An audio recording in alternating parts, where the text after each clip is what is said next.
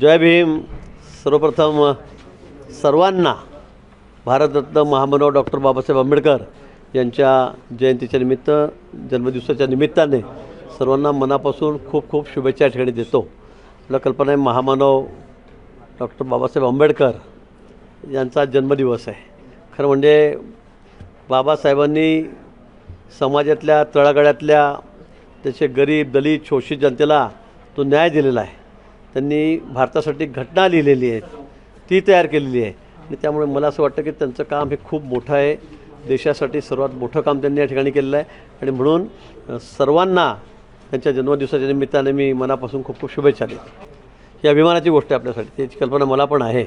स्वतः त्यांचं हस्ताक्षरातले जे स्वाक्षरी जी आहे त्यावरची ती स्वाक्षरी त्यांची स्वतःची आणि ती ओरिजिनल कॉपी आपल्या जळगावमध्ये त्या ठिकाणी आपल्या वाचनालयामध्ये आहे. याचा निश्चित आम्हाला अभिमान नाही आहे. कालच मला या विषयाची माहिती मिळाली. DCP यांच्याशी मी त्यानंतर बोलणं झालं माझं. त्यांचं कारवाई झाल्यानंतर सकाळी त्यांचा फोन होता आणि खरं अतिशय गंभीर बाब आहे की ज्या ठिकाणी देशभरातून जगभरातून लोक इतक्या लांबून त्या ठिकाणी दर्शनासाठी येतात आणि अशा पद्धतीने त्याची लूट होत असेल मला वाटतं ही बाब अतिशय गंभीर आहे.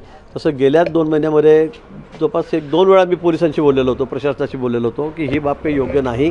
ज्या पद्धतीने त्या ठिकाणी सगळे चाललेलं आहे हे बरोबर नाही. आणि त्यानंतरसुद्धा इतर लोक नाही पण तिथे जे संस्थेचे सदस्य आहेत, सदस्य म्हणून काम करत आहेत, त्यांनीच असं करावं ही बाब तर अतिशय गंभीर आहे. आणि म्हणजे मला नंतर कळालं की हा प्रकार सर्रास या ठिकाणी चालू असतो.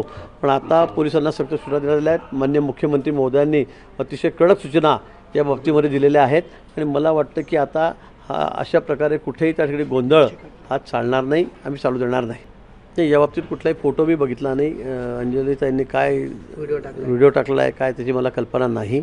पण मी आधी सांगितलं होतं की असे अनेक लोकांचे सगळ्या क्षेत्रातले असतील, कॉर्पोरेट क्षेत्रातले, राजकीय क्षेत्रातले, साधे शेतकरी आहेत, मोठे पदाधिकारी आहेत काही आणि पुढारी पण आहेत, अशा अनेक लोकांचे फोटो त्यांच्यासोबत आहेत. कारण बाबांचा गाजावाजा जेवढा होता की त्यांना सगळ्यांनाच वाटायचं की बाबांकडे गेल्यामुळे सगळे आपले संकट दूर होतील की काय, अशा अंधश्रद्धेमध्ये तेही लोक त्या ठिकाणी होते. पण अशा अनेक लोकांचा फोटो त्याच्यासोबत आहे. म्हणून मला असं वाटतं की मी सुरुवातीला पहिल्या दिवशी सांगितलं होतं हा विषय की आता आपल्याकडे मोठे मोठे राम रहीम ते बाबा, त्यांचे तर लाखोच्या संख्येत अनुयायी होते. आपले हे बाबा हरिओम वाले आपले काय आसाराम बापू, त्यांचेसुद्धा केवढे लाखाच्या संख्येमध्ये त्यांचे अनुयायी होते. आता त्यांनी काही कुकर्म केलं असेल तर सगळ्यांचीच चौकशी करा असं म्हणता येत नाही. पण काही अंजली त्यांना शंका असेल मला असं वाटतं त्याच्यामध्ये तर त्यांनी मागणी करावी. हो, बौद्ध करार प्रकरणामध्ये सत्ताधारी अनेक लोकांची माहिती समोर येऊ शकते म्हणून त्यांचा एन्काउंटर केला जाऊ शकतो असा गौप्यस्फोट प्रणिती शिंदेंनी केला आहे. आजची उद्योगनगरी न्यूजला सबस्क्राईब, बेल आयकॉनला प्रेस करा, लाईक, कमेंट आणि शेअर करा.